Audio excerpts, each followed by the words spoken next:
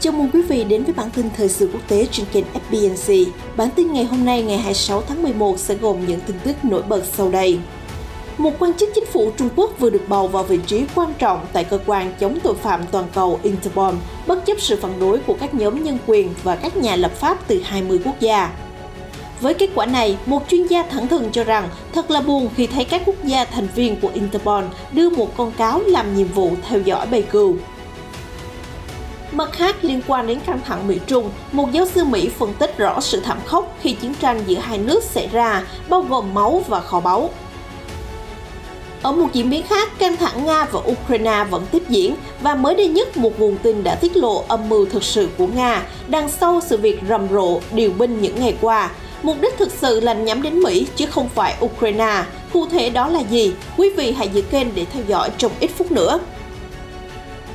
Trong khi đó, nhà lãnh đạo Đức cũng tuyên bố Nga sẽ phải trả giá đắt nếu tiếp tục gây hấn với Ukraine. Trong bối cảnh khác, tân chính phủ Đức còn lên gân với Trung Quốc, cho thấy quan hệ của hai nước sẽ không mấy êm đềm trong thời gian tới. Các tin nổi bật khác, Hiệp ước An ninh AUKUS của Mỹ, Anh, Úc bị Trung Quốc đưa ra mổ xẻ tại Liên Hợp Quốc. Người dân và chính phủ Ethiopia phản đối Mỹ kịch liệt.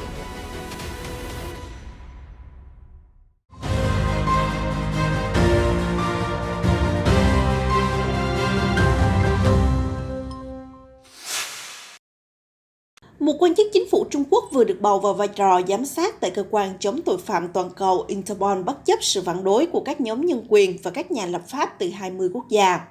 Tổ chức Interpol cho biết ông Hu Bingchen, Phó Tổng Giám đốc Bộ phận Điều phối Quốc tế của Bộ Công an Trung Quốc, hôm thứ Năm ngày 25 tháng 11 đã giành được một trong hai ghế đại diện cho châu Á trong Ủy ban điều hành của cơ quan. Cơ quan toàn cầu cũng cho biết Ahmed Nasser Al-Raisi đến từ các tiểu vương quốc Ả Rập Thống Nhất đã giành được chức chủ tịch. Ấn Độ là thành viên còn lại đại diện cho châu Á trong Ủy ban điều hành cơ quan.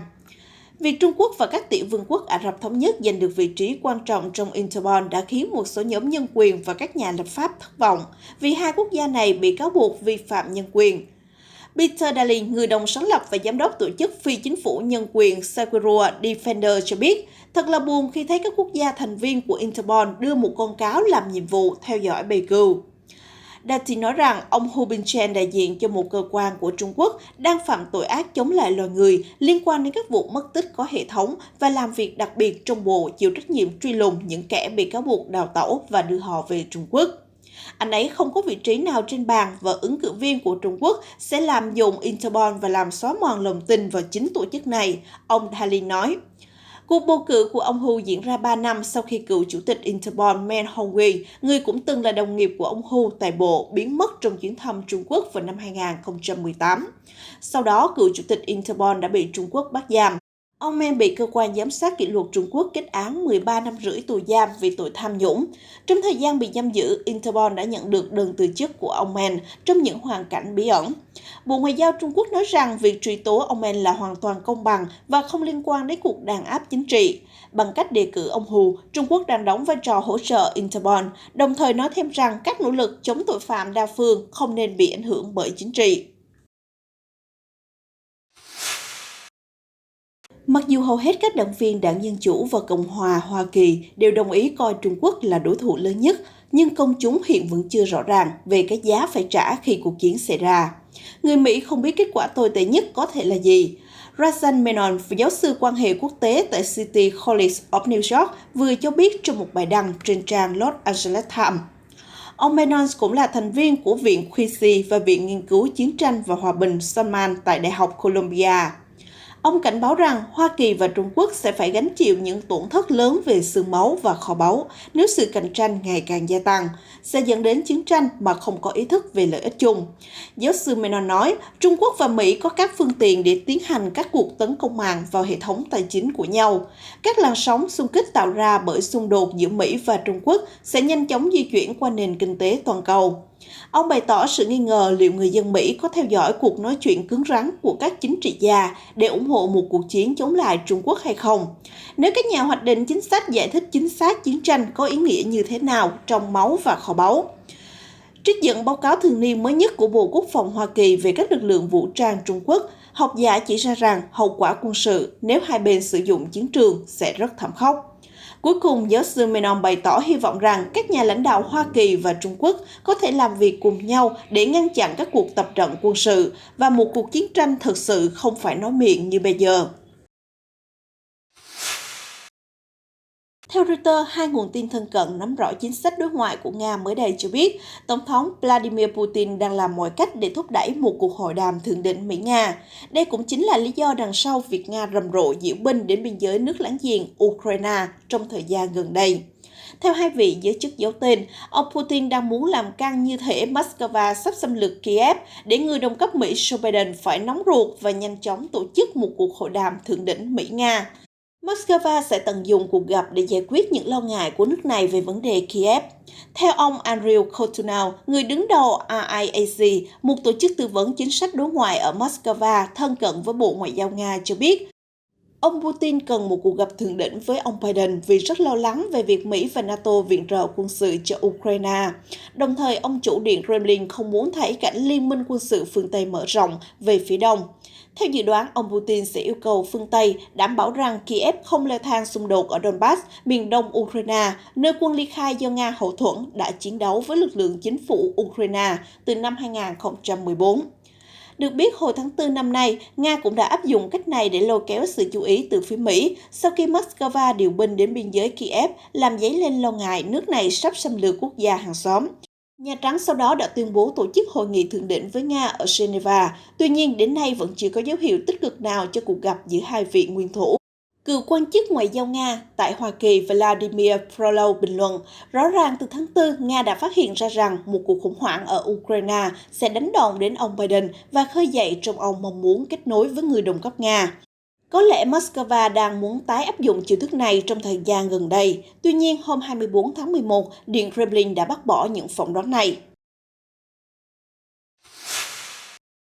Mặc cho Nga đang toan tính điều gì, Liên minh châu Âu EU vẫn lên kế sách để chống lại việc chủ quyền Ukraine bị đe dọa. Hôm 25 tháng 11, Thủ tướng Đức Angela Merkel cho biết khối sẽ phải chuẩn bị ban hành thêm các biện pháp trừng phạt chống lại Nga nếu tình hình ở miền đông Ukraine tiếp tục leo thang căng thẳng. Bất kỳ hành động gây hấn nào đối với chủ quyền của Ukraine sẽ phải trả giá đắt, nữ lãnh đạo nhấn mạnh.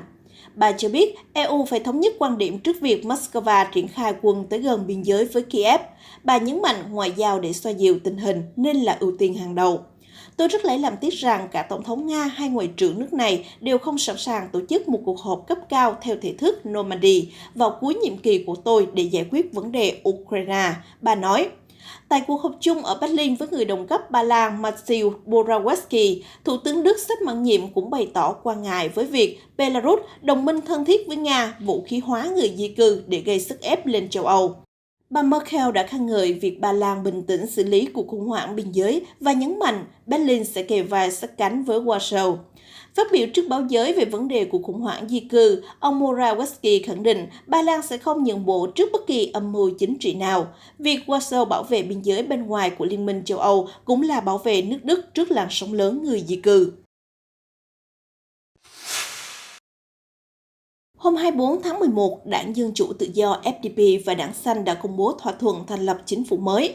Ông Olaf Scholz, thành viên của SPD và hiện là Phó Thủ tướng kiêm Bộ trưởng Tài chính, sẽ kế nhiệm Thủ tướng Angela Merkel. Đáng chú ý là các vị trí chủ chốt trong nội các mới của Đức đều do những người có quan điểm cứng rắn với Trung Quốc nắm giữ. Sự chuyển đổi cách tiếp cận của chính quyền mới với Bắc Kinh là điều đã thấy rõ. Thỏa thuận dài 177 trang vừa được công bố của chính phủ liên minh có nhiều nội dung mô tả Bắc Kinh là một đối thủ mang tính hệ thống của Đức. Trong thỏa thuận, tân nội các Berlin đã thể hiện quan điểm mạnh mẽ trước việc Trung Quốc bành trướng các hoạt động quân sự và gia tăng tranh chấp ở Ấn Độ Dương, Thái Bình Dương.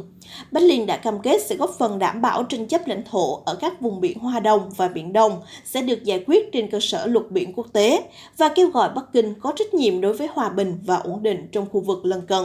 Chưa dừng lại ở đó, Berlin còn tỏ ý ủng hộ sự hiện diện của Đài Loan trên trường quốc tế. Thỏa thuận của tân nội các Đức có đoạn viết là một phần của chính sách một Trung Quốc của Liên minh châu Âu. Chúng tôi ủng hộ sự tham gia thực tế của Đài Loan Dân Chủ vào các tổ chức quốc tế. Ngoài ra, vấn đề vi phạm nhân quyền cũng được đề cập với nội dung chúng tôi muốn giải quyết rõ ràng các hành vi vi phạm nhân quyền của Trung Quốc, đặc biệt là ở Tân Cương. Nguyên tắc một quốc gia hay hệ thống ở Hồng Kông cần được khôi phục. Giới quan sát cho rằng đây là những ngôn ngữ mạnh nhất từng xuất hiện trong một thỏa thuận liên minh của Đức. Điều này phản ánh những lo ngại ngày càng gia tăng của nước này đối với một Trung Quốc đang trỗi dậy.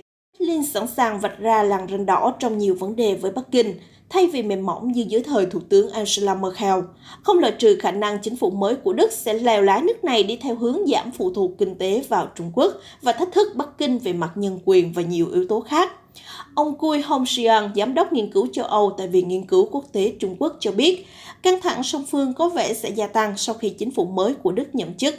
Ông nói hiệp ước liên minh lên gần với Trung Quốc và cứng rắn hơn nhiều so với những chính sách hiện có của Đức và đề cập đến một số vấn đề nhạy cảm. Trong ngắn hạn, sự khác biệt và rạn nứt giữa Trung Quốc và Đức sẽ ngày càng gia tăng.